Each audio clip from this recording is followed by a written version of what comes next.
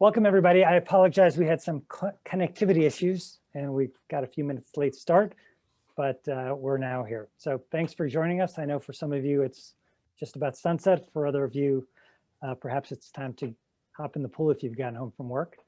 But we certainly appreciate you spending the next approximately 50 minutes with us. So first off, thanks to AUGS for facilitating this discussion. Thanks to Neomedic for sponsoring it. And thanks to my panelists, the speakers, Catherine Matthews, who's a professor of urology and gynecology, fellowship director and director of female pelvic health at Wake Forest in North Carolina. And I just made the connection, Mike Kennelly, who's professor of urology and gynecology and director of the Charlotte Continence Center, Carolinas Medical Center, also North Carolina. They're just like an hour and a half apart. So I guess I was the token Midwesterner who was chosen to participate in this. Given that it's so early right now in California, we had a hard time getting someone from there. But anyhow, before we start, and again, thanks to Neomedic for sponsoring this, I just wanted to spend 1 or 2 minutes going over Neomedic's products so you're aware of them, and then we'll dive into some of the case discussions. So Neomedic has a number of products that are sold in our area, a number of slings, and something for prolapse. The single incision TOT sling is a unique product of theirs. It's longer than many of the other mini slings so that it can reach both internal obturator muscles.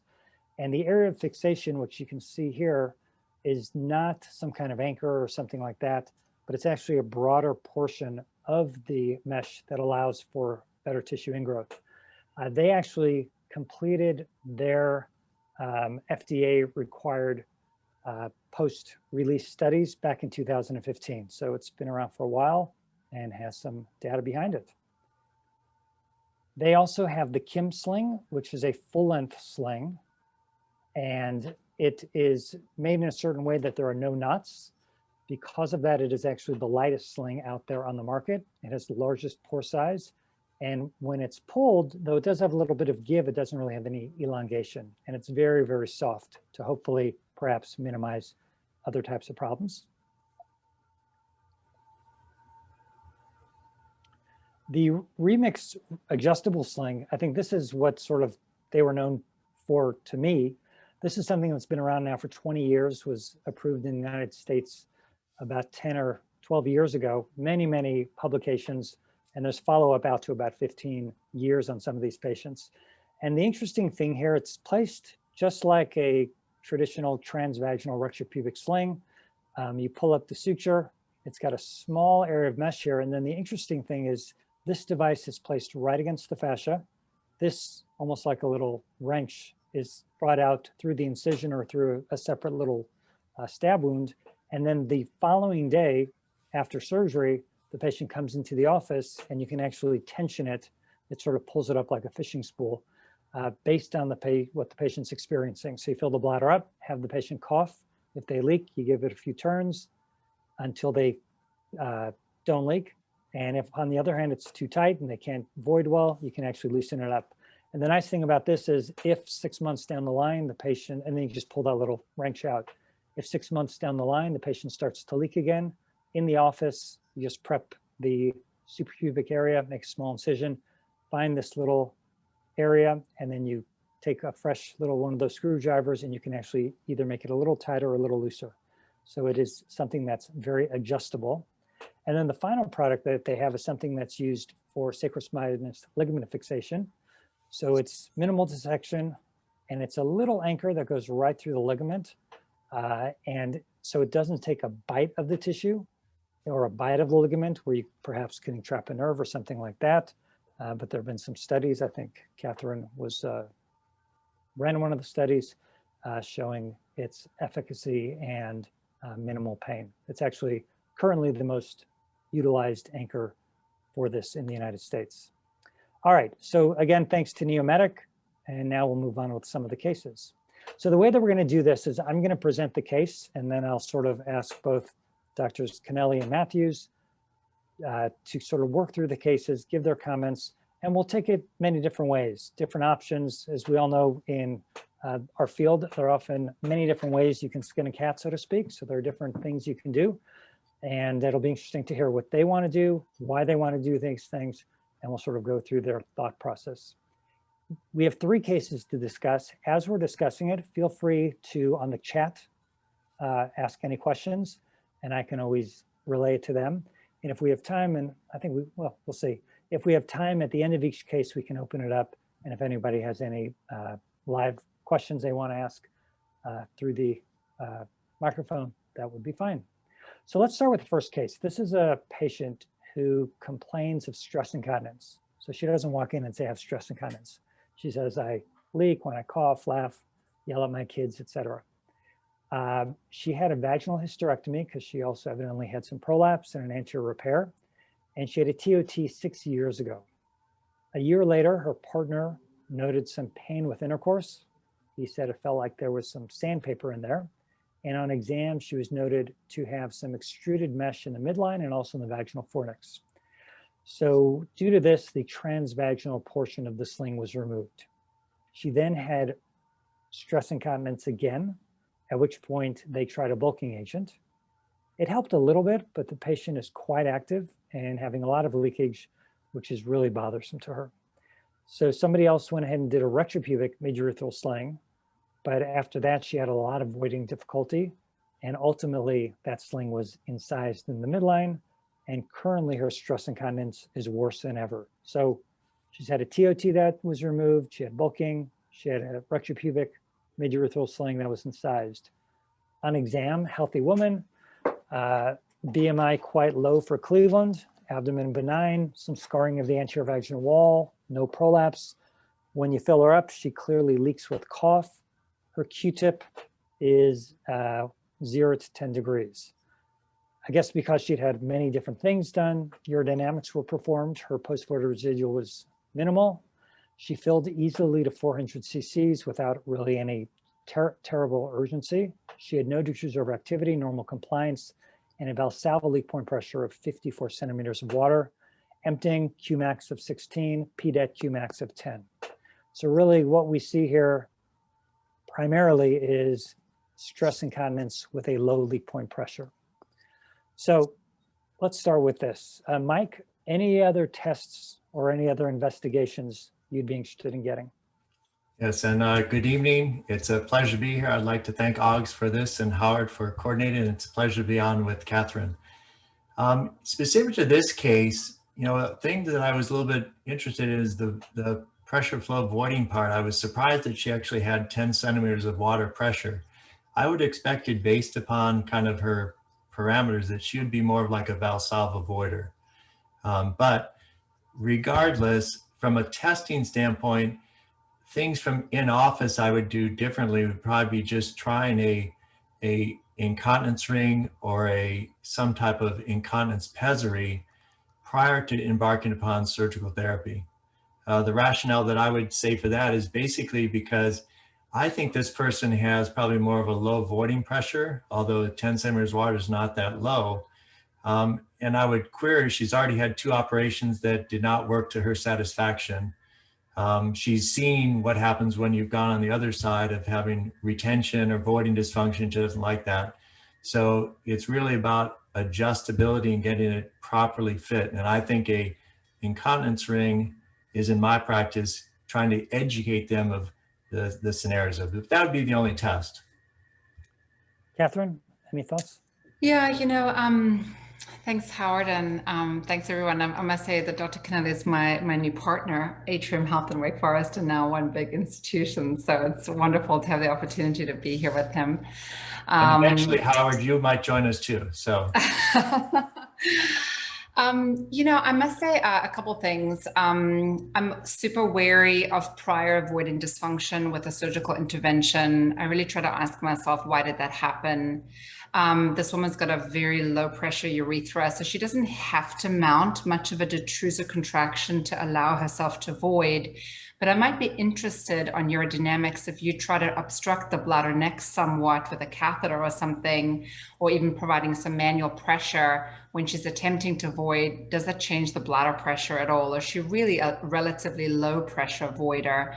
And I would want to know, with any prior records, does she have a staccato voiding pattern? Does she have evidence of Valsalva voiding? Because I'm super nervous about a retropubic sling in that circumstance. The other thing I always try to cover my bases about in someone who's had 2 prior mesh procedures is, am I missing some injury to the urethra, the bladder neck, or in the bladder itself? And I would do cystoscopy on a patient like this. It's a relatively simple office test, and if it saves me from being wrong about something, I think all of us can tell some crazy story about a fistula that was missed, that was perceived as just severe leaking, or some urethral injury that wasn't determined, that was contributing to some of their profound incontinence. So that's the other test I would do. Okay, so let's say, Catherine, let's say you did do a cysto and you didn't see anything. And as you pulled the scope out, she happened to have a cough, and you weren't wearing your goggles, and you suffered from that cough. And let's say, Mike, let's say you tried an incontinence pessary, and it actually helped, but she just didn't like it. She didn't like having something in the vagina. What would be your next step? Right. So the reason I would do the incontinence pessary is basically, can it keep her dry and can she void? And if she can void adequately, then I know that there is a balance, that we should be able to get that somehow. If you had it in place and she was dry, but still had difficulty voiding, we'd have some real discussions about there's going to be, it's going to be hard in that situation. So I use that as a test to kind of see if there's better option for me. So cystoscopy, I think that's an interesting area to do it. I probably wouldn't necessarily do that in my area. Prior to considering a surgical therapy in this patient, though, I would do a perineal ultrasound. Even though they said they kind of removed the TOT, even though they said that they incised that area, what I'm interested to find out is what's really in there. And nowadays with 3D and you can even have some 4D ultrasound, it is phenomenal for mesh, that you can really isolate and locate the exact location of where the mesh is in relation to the bladder neck, the external meatus. And I think that affords me the opportunity to have a better idea plan going into surgery, because my belief is in these situations, anytime you're going in, I prefer to take out whatever is underneath the urethral area prior to putting in some other intervention. So let's say with the continence pessary, she felt she was voiding pretty well and her post-void residual was minimal. And you did 5D ultrasound and there was no mesh immediately beneath the urethra. You could see it sort of going up laterally in each direction. You didn't see any of the transobturator mesh because all the vaginal portion of that indeed was taken out, but you could sort of see where the retropubic mesh starts to kind of disappear, but there was nothing right under the urethra. So essentially you've got someone with pretty significant stress incontinence, nothing in the bladder per se, able to void with your test that you did, and nothing directly under the urethra on ultrasound. Catherine, where would you go with this? Or what are the options that you might discuss with the patient? Yeah, so I see them as 3 options. One is to do an adjustable synthetic sling. Second is to do a fascial sling. And third is to do an investigational intervention, such as, we're doing stem cell injections, we're harvesting muscle biopsy and regenerating in the operating room and then re-injecting in the urethra, but that is experimental. So I would have offered her that as an experimental therapy. I wouldn't re-bulk her with a standard bulking injection. I wouldn't even offer that at 56. She's already failed it. I just don't think there's going to be any efficacy. So my real discussion with her would be between a fascial sling and an adjustable mesh sling. I wouldn't offer a birch colpo suspension. I like a birch a lot. I wouldn't offer it in the circumstance because of the lack of mobility of the urethra. And I think in that circumstance, it doesn't work well. And how do you lay out the pros and the cons? So she's not interested in research because she doesn't want to end up in the placebo arm. So how do you counsel her as fascia versus an adjustable? Yeah, I'll tell you, and two prior complications related to mesh, I would push her towards a fascial sling. She's worried about voiding dysfunction, but I think that we've learned that you don't need to overtension fascial slings. I would make sure that she could cath and that she would be okay. And I would want to know, are you really going to prioritize your continence over the voiding dysfunction? If she said to me, look, I'm not concerned about a mesh complication. I really just want my incontinence fixed and my voiding dysfunction minimized. Then I think the adjustable sling would be probably what she would choose. But in my hands, I feel like I would, in this patient who's had the two prior issues, different issues with synthetic sling, I would go for a fascial sling. Mike, so let's back up to the question that I asked Catherine. So assuming the scenario that was laid out, what would you advise this patient? I think a lot of the same scenarios are there. Certainly research is part of it. We're part of that trial also, but I think in reality, a bulking agent is certainly on the table. She has minimal hypermobility. She fits the criteria. Some of the new hydrogel agents are a little bit different because they're non-particulate, but she's 56. So really the long-term durability, we really don't know. It's kind of it gets them through. So I think if you want the longer term solution, it really comes down to a adjustable synthetic sling remix or a fascial sling. Now I would really ask her about how did she feel when she had voiding dysfunction with the retropubic midurethral sling, because that drove her to get it incised. And I do think that, I trained on fascial slings, there will be voiding dysfunction. And so that takes time, and it may take, could be a week, could be 3 months, but you've got to be ready for that voiding dysfunction afterwards. I think when it boils down to it for these type of patients is that it's really about when is the adjustability being made. The adjustability is done at the surgeon operative time where you do the adjustability and you're done, or post-operatively where the patient now has a shared decision-making along with it. And it makes very sense. This is the type of person that I see within the practice. And when you put those two things together, I much prefer to have a patient involved in their post-surgical adjustability than intraoperatively, because we all know, we're all surgeons, we all get in the situation where you do a fascial sling or a retropubic midurethral sling, even under monitored anesthesia, intraoperative cough, and etc., there's still going to be that kind of unknown. So I guess boil down to it, fascial versus remix adjustable sling. How does she feel about mesh or not? And then what does she feel about voiding dysfunction? So if the patient's question to you was, I've been through a lot of surgery, I've already had a lot done, and I want my best chance of having one operation, not having to go back to the operating room. I don't want a cath. I'd like to hopefully void normally, but be dry. Mike? In my hands, I would probably say this person a remix adjustable sling, because I think she would be it's more involved for her in the post-operative period. But I think together we would have the best opportunity to meet her need that balances voiding function and continence. So do you want to tell us a little bit about how you do the adjustment? Right. So basically what tends to happen intraoperatively, it's actually very nice because normally for midurethral slings, I have patients under monitored anesthesia. So we do intraoperative adjustability. For the remix, it's all about postoperative. So it's actually a faster operation because they are put to sleep, either an LMA or a general spinal, your choice, but positioning it is in place. Usually I use about a 4 centimeter suprapubic incision, depending on their suprapubic adiposity. You do try to really mobilize down to the rectus fascia. As the device is then placed, you want to leave at least about 6 centimeters of freedom between, because you want it to be loose. And one of the key things that you're doing as you're adjusting down on the device, the varatensor, one of the sort of areas that you may forget about is you accidentally can pull up on the sling underneath. You want to make sure you've kept sort of something below the urethra and the suburethral portion of the remix sling when you're doing that initial sort of loose adjustability. Close it, leave the key or the screwdriver stick in place.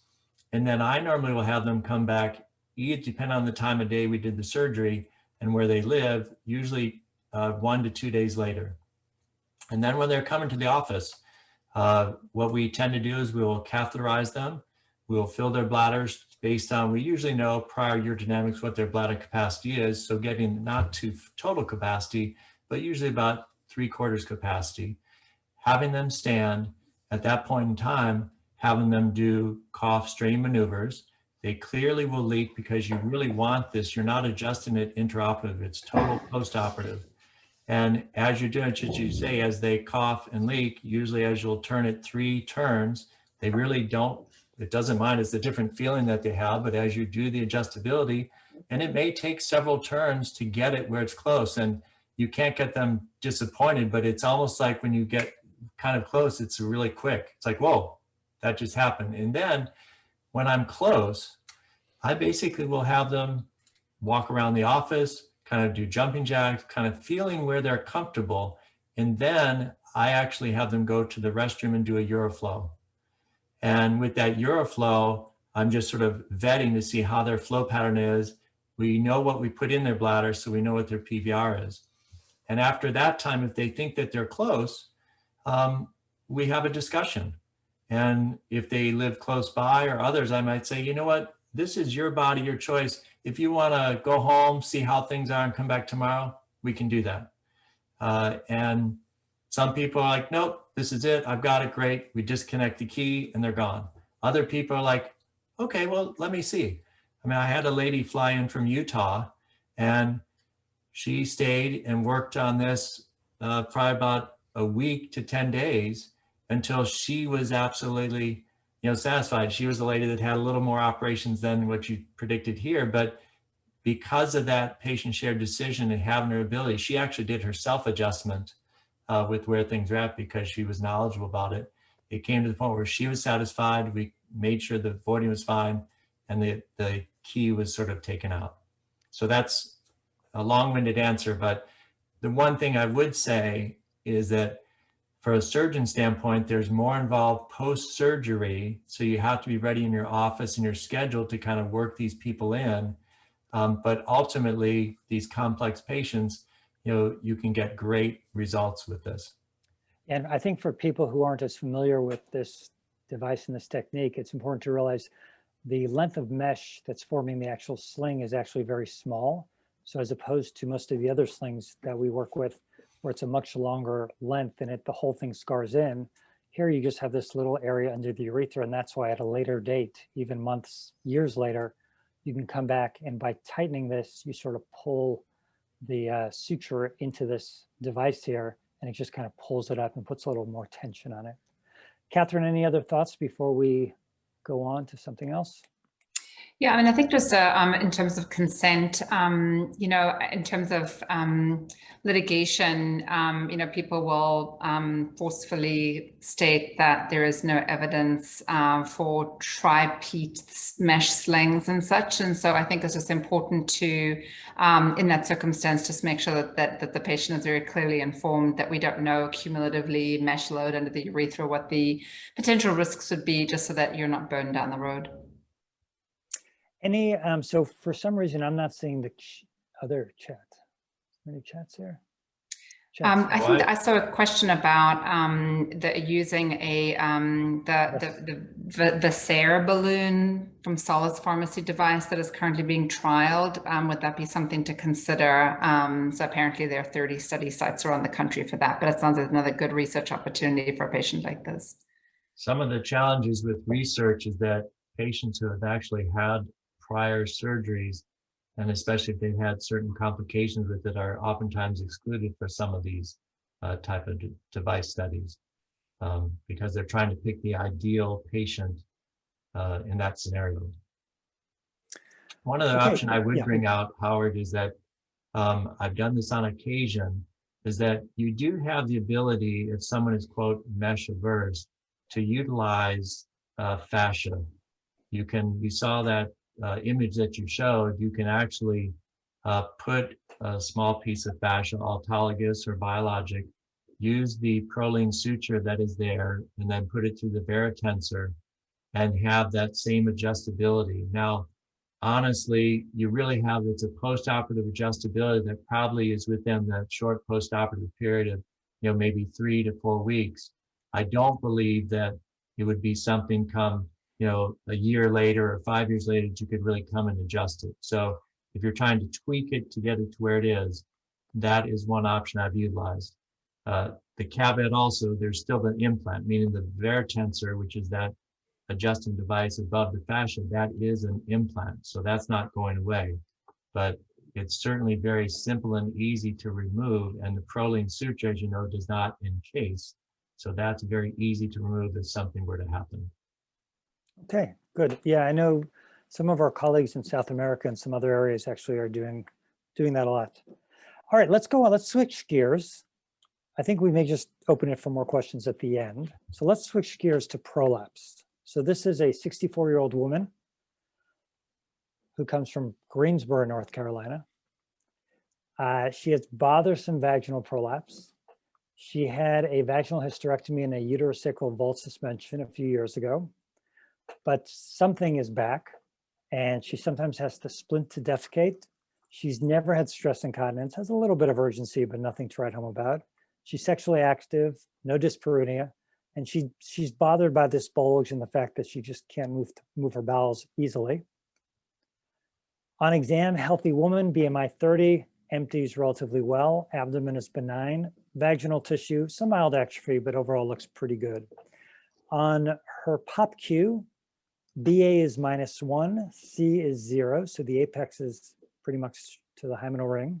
BP is 2 centimeters beyond that. Her general hiatus is 5, and total vaginal length is 8 centimeters.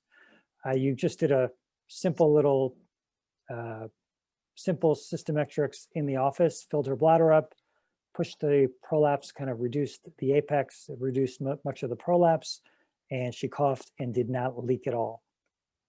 So this is what it looked like. This is obviously, you could tell by the drapes that we're getting ready for surgery here, but pretend this is in the office. This is kind of what it looked like when you first took a look. And then when you put a half speculum in, you can see this is posterior. And again, this is in the OR, so she's asleep, so she's not straining. So you'll have to take my word for it that when she strains, it came out about 2 centimeters. So what we've got here is somebody with a C point of 0, BA -1, BP +2, and a genital hiatus of 5 centimeters. So let's start with Catherine. Anything else you want to, any other tests or investigations? Just with the intermittent need to splint, there's no other investigation that I would need to offer her surgery. If she was a chronic obstructive defecation patient, I would, but not for the scenario that you've provided. Mike, anything else? I would tend to agree. I don't think any definitive tests are needed. Certainly would not do defecography, would not do anal manometry, would not do urodynamics in this situation. Well, good. I wasn't anticipating you guys would think exactly like me. So I guess there are not any other tests you really must have. I was going to try to get you to commit, but you've already committed. So let's move on then. So back to Catherine. So what really requires treatment here? Which portion or portions of the prolapse seem to be? To me, yeah, to me, the apex and the distal posterior vaginal wall, if someone's actually having to splint it, I do think that there is a benefit of doing a distal repair. So to me, she needs apical support and reduction in size of a genital hiatus and reduction of the distal rectocele. Mike, any? Yeah, I would say the same. If you went back to that image, one of the things that you notice is that you've got clear rugations that are there all on the posterior vaginal wall, which means to me that the rectovaginal fascia is still all intact.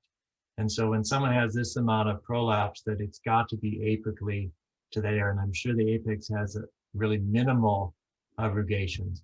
The other part is, just as Catherine said, it's really the key is going to be the genital hiatus. You've got to narrow that down and sort of rebuild up the perineal body to actually sort of provide the shelf and have a good apical support. Okay. So Catherine, you've mentioned the general things that have to be repaired. what are the options for actually performing these repairs? Yeah, in my hands, it would be limited to two options. And I don't think that, by the way, that she would be well served by a pessary. It's interesting, these people with wide hiatus, relatively short vaginal length, and some distal symptoms, I don't think do really well with pessaries. So for surgery, my choices would be a robotic sacrocolpopexy with concomitant distal posterior repair. Or a posterior sacrospinous ligament fixation with posterior corporiphy. My reluctance in offering this patient a native tissue repair is that in my mind, she's failed a native tissue repair just 4 years prior, and she has all the identified risk factors for recurrence. And so I tend not to believe that my native tissue repair is going to be so much voluminously better than someone else's. And so I would definitely offer her a colpopexy. Now, there are some circumstances where someone's prior surgical history or comorbidities may push me towards not following that recommendation. If she'd had diverticulitis 9 months before or something like that, I would go with a native tissue option. But if she's not had that surgical history, I would definitely recommend that she have a colpopexy. Mike? Yeah, and I would say the two options, those are the ones. I think it comes down to what she's going to value more. Is it durability? Longevity, which we know sacrocolpopexy has the evidence, has the data, or is she wanting something that isn't native? It's how does she feel regarding kind of transabdominal mesh? I think that she's already had one failure to that area, which we know, and we know the data on sacrospinous. But if I were to do a sacrospinous, I still like trying to do based on pelvic anatomies for bilateral sacrospinous to try to give her better support, but because I think apically is what's missing there, and then definitely narrow down the vaginal hiatus and rebuild up the perineal body. So let's just say she's terrified of having anything in her abdomen. Her daughter had a tubal ligation, had a bowel perforation, and she would like to avoid anyway going abdominally. So Catherine, let's go back to you. How would you do this? Yeah, then, I'm a huge fan of extraperitoneal prolapse repair. I feel like it's really important for trainees to have a robust confidence in doing extraperitoneal repairs, because you can never really hurt someone with an extraperitoneal repair. And so that is a very important thing to recognize, whereas there's plenty of damage you can cause with an intraperitoneal repair. So, and I like sacrospinous, particularly for the posterior compartment, because we do know that the anterior compartment is more vulnerable to recurrence in post-hysterectomy prolapse, if you're having to do it from an anterior dominant prolapse. So as her prolapse is posterior dominant, if she was really mesh averse or had, again, a contraindication to an abdominal approach, I would feel fine about doing an extraperitoneal sacrospinous fixation unilaterally or bilaterally, depending on how wide the apex of the vagina is. Some of these people have conical narrowing from their prior repair, in which case I would do it unilaterally. If she's a wide apex, I would do it bilaterally. And specifically, let's just say you were going to do it unilaterally. How specifically would you do it?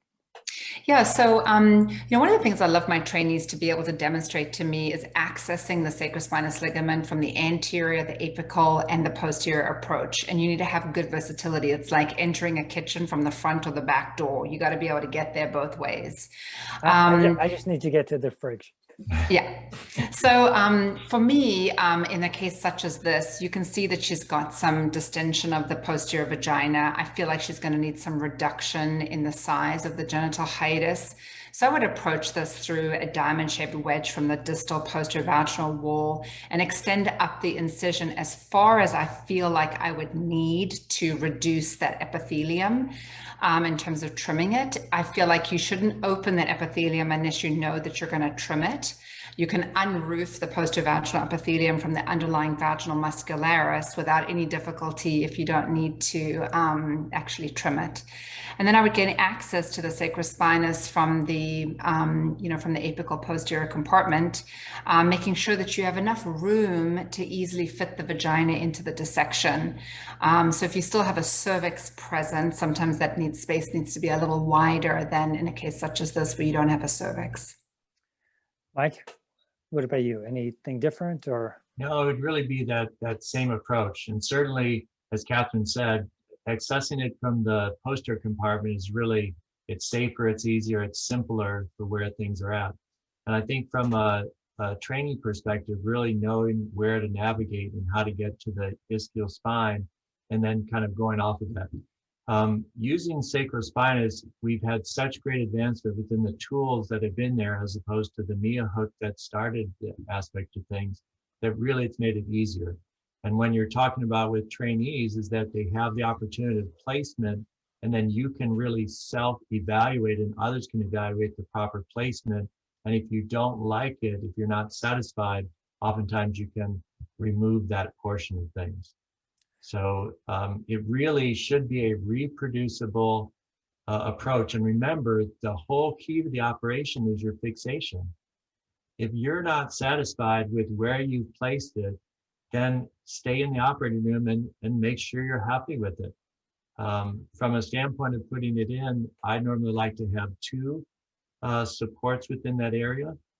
We can talk about sutures. I'd be interested to see what Catherine does, but I've really, based on the data that's come out, I used to do a permanent ethibond plus a PDS. Now I've really gone to just two PDS.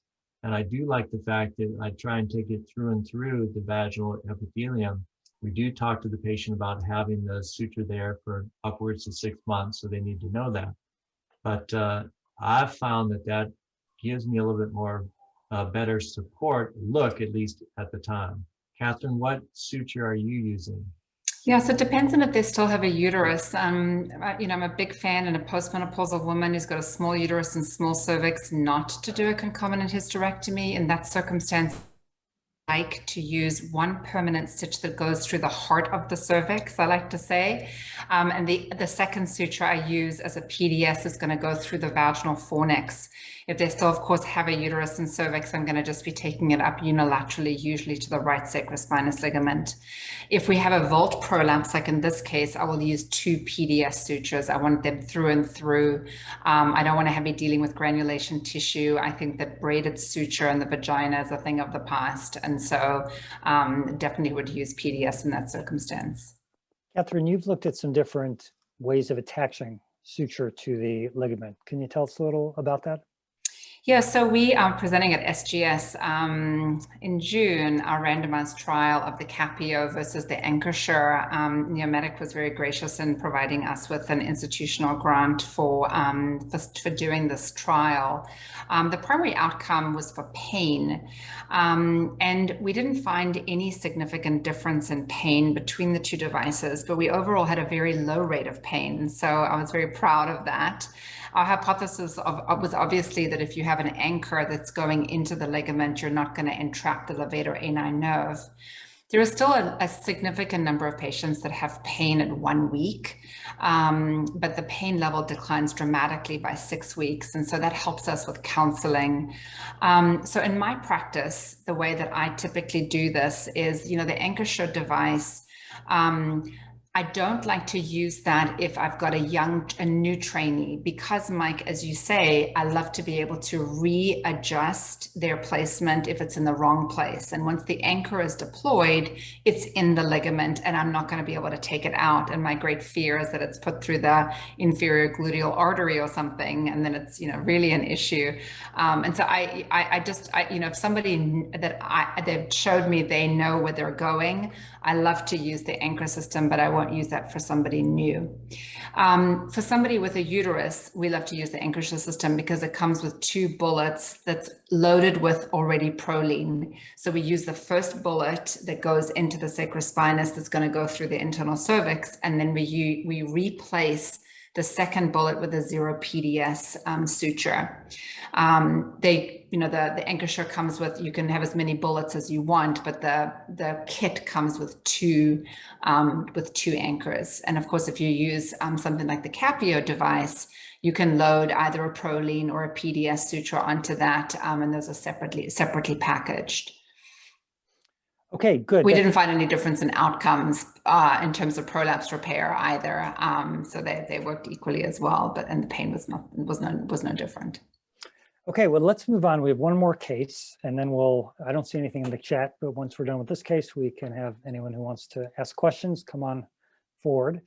So this one is going to mix it up with both prolapse and incontinence. So it's a 66-year-old woman with bothersome prolapse and incontinence. She's got even a more complicated history than the prior patients. She's had a hysterectomy, an A&P repair, Kelly plication years ago. She had a number of collagen injections right after that. She then had a fascial sling for stress incontinence, so worked for a few years, but then the stress incontinence recurred. She then had a TOT and had no improvement. So she now comes to you, she's got a recurrent vaginal bulge and bothersome mixed incontinence. She leaks a lot with cough, bending, exercise. She also has urgency and urgent incontinence and goes through a number of thick pads per day, and both components of her incontinence bother her. The prolapse is not horrible, but it bothers the patient, particularly at the end of the day. She did try a pessary for this, but she found that she had a lot of irritation, a lot of discomfort, and the leakage was actually worse. Her past history is significant for hypertension, diabetes, AFib, diverticulosis, and a past history of endometriosis. She did have an appendectomy after a ruptured appendix many years ago. She also had a bowel resection after one of her episodes of diverticulitis, and she had a number of laparoscopies to deal with her endometriosis in the past. She's an obese, healthy appearing woman, a BMI of 33, abdomen, multiple surgical incisions, empties relatively well. Her BA and BP points are 0, C is +2, GH is 6, TVL is 8. And when you reduce the prolapse and she coughs, she leaks. Her Q-tip is 0 to 10. So in summary, multiple abdominal operations, prior native tissue prolapse repairs, multiple treatments for stress incontinence, now has stress, urge, and prolapse. What would you like to do? Mike? I think this lady obviously has had many, many therapies and where things are at. I've been a believer based on where things are at that even though the patient doesn't think the prolapse is as bothersome as the leakage, I think to optimize your organs, you should put them in the perfect position. My concern with her BA at being 0, if you're going to do any sort of suburethral component, the prolapse is going to make an artifact of that. So I like to actually reduce everything, sort of re-put her vault in place, reposition the anterior and posterior compartment.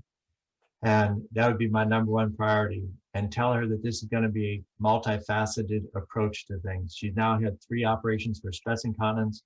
I think by putting the prolapse back, it has the best option for OEB to be stabilized.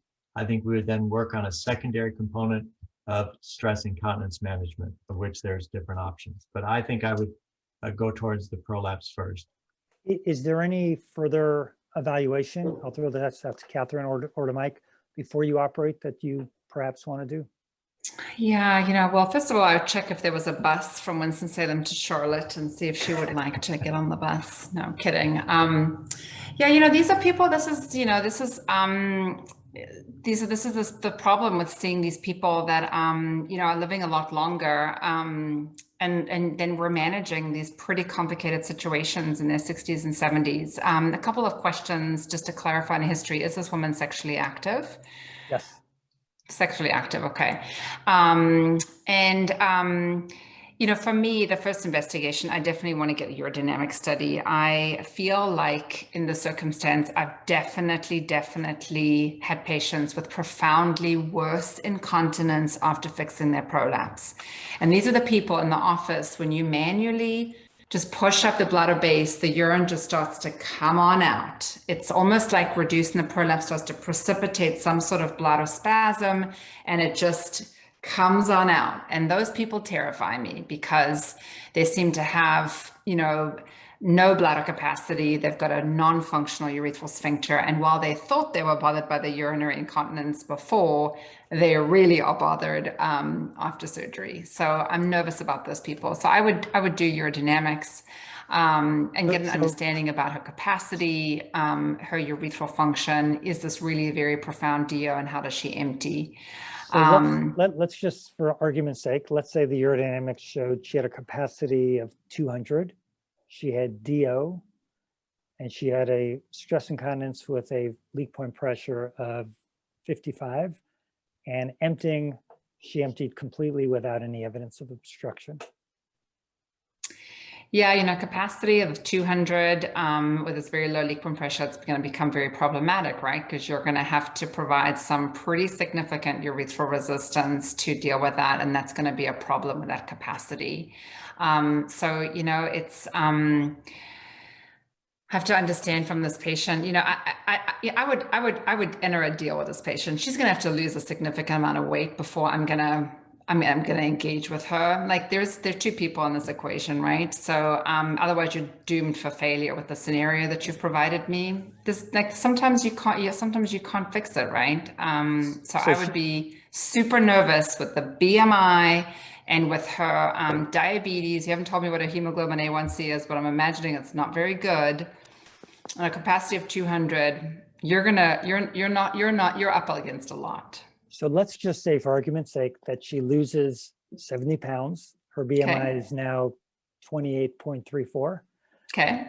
Let's say her sugar, her non-insulin dependent diabetes is much more stable, better control. You did a cystoscopy, you didn't see anything. What are let's just go back to her POP-Q. What are the things that, and she wants to lead an active lifestyle. She wants to be fixed. Yeah. So, I would never go into this woman's abdomen. I think that we can all pretty much agree that that would be a bad idea. So then we're talking about, we're going to optimize the native tissue repair. And so, I would again do my extraperitoneal sacrospinous fixation. I would really reduce the size of the genital hiatus, 6 centimeters. And I think that in a case like this, the idea of an adjustable sling makes a lot of sense to me, and she's probably going to need some Botox along with that. When you do that in the sequence of events, it's hard to know, but with a capacity of 200 and DO, that's going to be a major source of leaking for her. Mike, what about you? So you're at the point she's tuned herself up as best as she possibly can and really wants and needs something done. How are you going to approach it? Yeah, I think I would vaginally approach the prolapse, just as Catherine said. But a unique thing about this is really your decision point with her is to say, do you do this staged approach to say, well, we're in the OR one time, let's just fix your prolapse, let's see what happens to your OAB. We know the SUI is going to get worse, and then come back and treat it after that. Or could you put in a adjustable sling, but I would actually not keep the key in place or the stick. Keep it in loose, close everything in place, let the prolapse stabilize, and then have that as a secondary. And I would actually probably, if the OAB is still there, I would probably stabilize that the best I can with either beta-3s or anticholinergics, possibly Botox. And then when things have settled down, say, okay, now let's adjust the sling with the remix sling. So let's just say you were going to work on the prolapse first, for argument's sake. What would you specifically do? So I would do a sacrospinous vaginal vault suspension, anterior and posterior repair. And that's the discussion would be either I would try and do a hydrogel bulking agent at the time, or I would put in the remix sling. And whether or not I'd leave the key in not is really depending on her and what she's wanting. But I do know that there's many other factors such as her OAB, her voiding function, that I could probably sway her one way or the other to leave the key in or not. I don't think a Vulcan agent is really going to be the end all be all, but I think it temporizes her enough to maybe see a little bit light at the end of the tunnel. What do you think the chance of improvement in the OAB and maybe even in the capacity once the prolapse is fixed? I've been remarkably surprised at, what the effect is. And I think that you should try to do everything in your power to do it, because if you don't fix the prolapse, what are you going to do for a SUI treatment? Anything underneath, is going to make the OAB potentially worse, because you're going to kink. If you're tightening a Q-tip that only went 0 to 10 degrees, you've got to put pressure on that area, which means it may augment or worsen the voiding function. I think that, honestly, this is where, the pessary experience of the patient is going to be very predictive of what they're saying to you about after you fix the prolapse. This woman had adequate vaginal length to hold in a pessary. If she leaked a lot more with the prolapse reduced, I really think that you have to be fully prepared that her incontinence is going to be significantly worse. These are women oftentimes that have funneling of the bladder neck. They have stress-induced DO as well. And so in large measure, managing something at the mid-urethra also doesn't necessarily deal with their big problem, which is this funneling of the bladder neck. So, it's interesting how the fact that she was really bothered when the pessary was in, I would use that as my predictor to hers as what her degree of bother would be for the incontinence. And so I would really be focusing my efforts on this woman's incontinence, more so than I would be for a prolapse. So we have a question on the chat, and I'll just read it directly. For this patient, what is your talk track when you see her in clinic? She comes to you and says, I've heard you, Dr. Matthews or Dr. Kennelly, you're the best, and I want to be fixed. How do you set the expectations and prepare her for the process that she faces? Mike, why don't we start with you?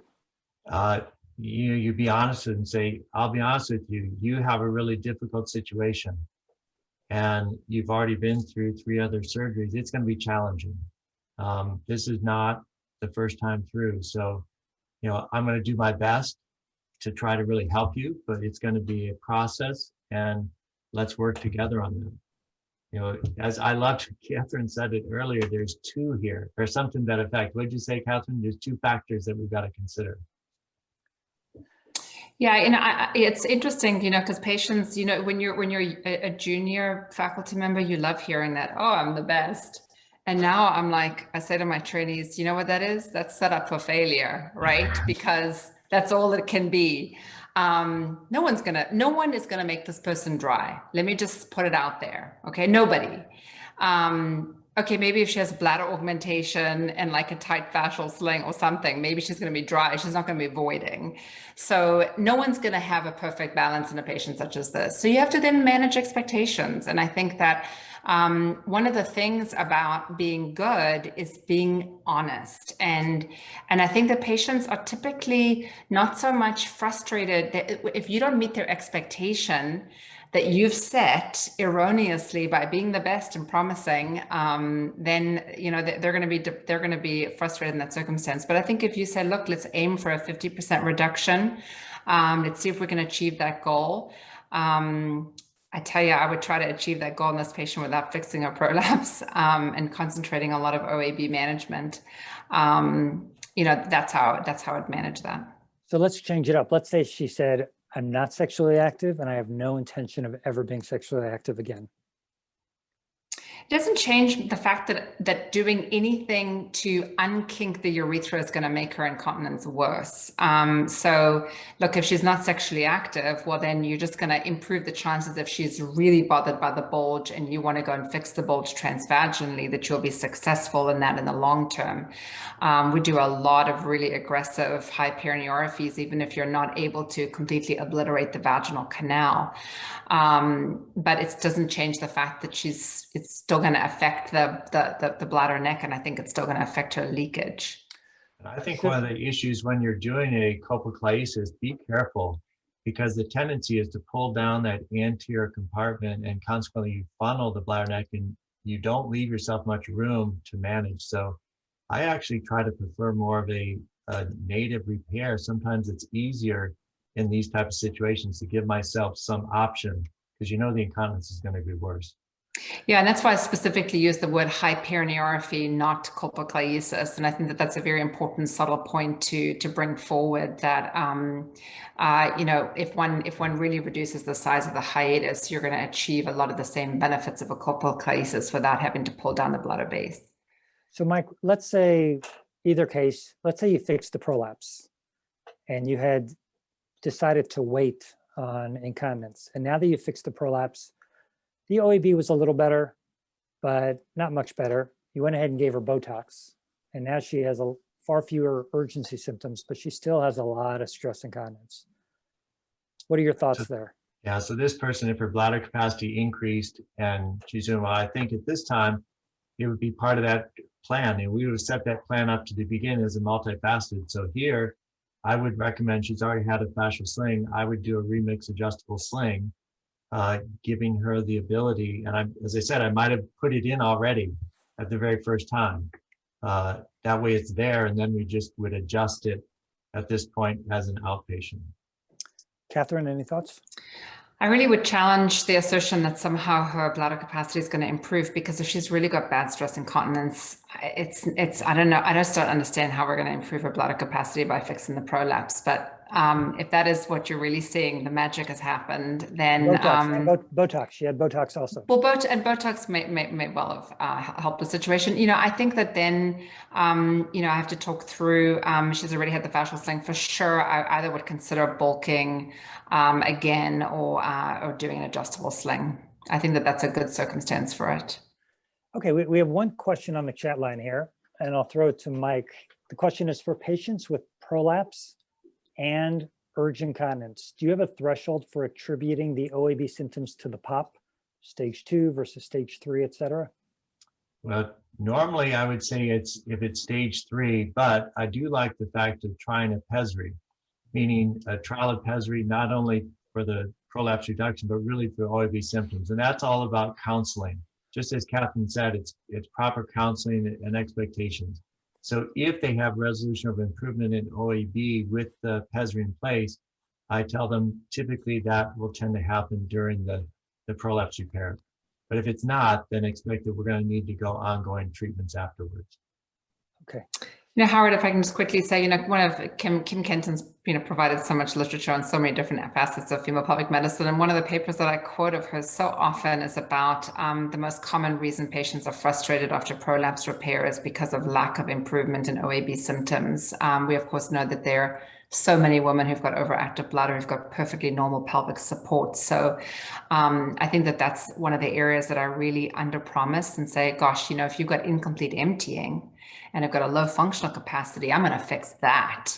And I'm very excited to fix that. And those women are the ones that are just, you know, getting up 4 times at night because they go to bed with 250 cc's in the bladder, and you fix their anterior prolapse and they're perfectly better. The woman with, you know, garden variety OAB who had that before her prolapse, I just don't think that those people tend to respond with just prolapse repair.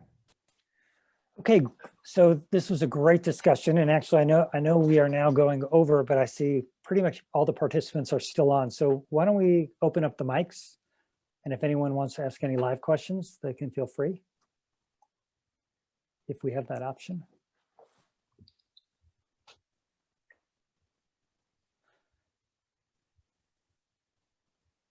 Are the mics open? Anyone want to cough? It's pretty intimidating, Howard. You know, you're a force up there at the clinic. It's hard to ask you a question. They're asking questions to North Carolina. All right, we'll give it a few more seconds here. The participants are still there, so I don't know. Well, while we give it a few more seconds and see if anyone comes on, and again, if you have any questions, now's your chance, so feel free. But if not, I just want to end by once again thanking AUGS for facilitating this, thanking Neomedic for sponsoring it, and of course thanking our North Carolinians, Drs. Matthews and Kennelly, for really an informative discussion. And I guess that the questions have already been asked. And I see the participants are starting, the number is dropping. So at this point, I guess we'll say goodnight. And Catherine or Mike, thanks. Hope to see Thanks you so live much, soon. everyone. Thank you. Have a good Have night. a good one. Thanks, Have a good Augs. night. Bye-bye. Bye-bye.